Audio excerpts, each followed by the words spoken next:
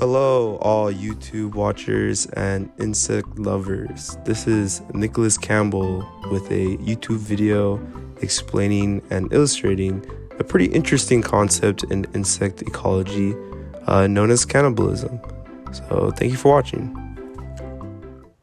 So, first things first, we're going to be explaining cannibalism for those who don't already know the definition.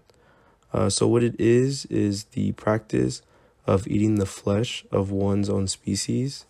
An example of that is a human eating a human, a bear eating a bear. So an animal eating the same species, its own kind. Cannibalism can actually be pretty disturbing for a lot of people, especially when they think about human cannibalism. But for insects, it's a little differently, and there are more beneficial reasons as to why some insects may prefer to do cannibalism. Here are 3 reasons as to why some insects may prefer to do cannibalism. Reason number 1. Cannibalism can create density-dependent mortality that regulates populations and can also introduce trophic structure into these populations. How this can benefit insects is by allowing them to regulate their population size and not letting them get too big where they don't have enough resources for the general population. And the introduction of trophic structure allows there to be a community that gathers energy and nutrients. Reason number 2. Many herbivorous species of insects will cannibalize under certain conditions. When times are tough and they don't have enough resources to survive, they often cannibalize with eggs or juveniles that they themselves have laid.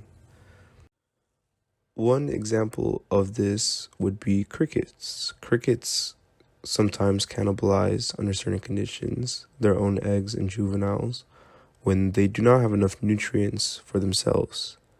It's not something they would like to do, but must do in order for them to survive. It was later discovered that when given a good amount of protein and salt, the cannibalism in crickets will decrease as a result of them not needing to eat their own eggs and juveniles for nutrients. Reason number 3.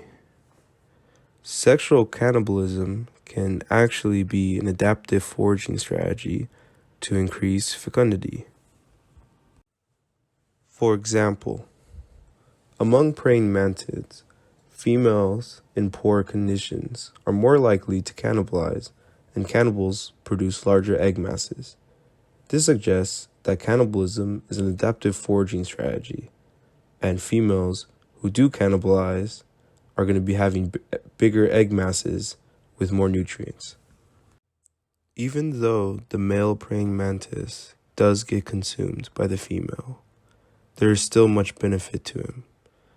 The eggs receive more nutrients because of the act of cannibalism, meaning that his offspring have a greater chance of success of surviving.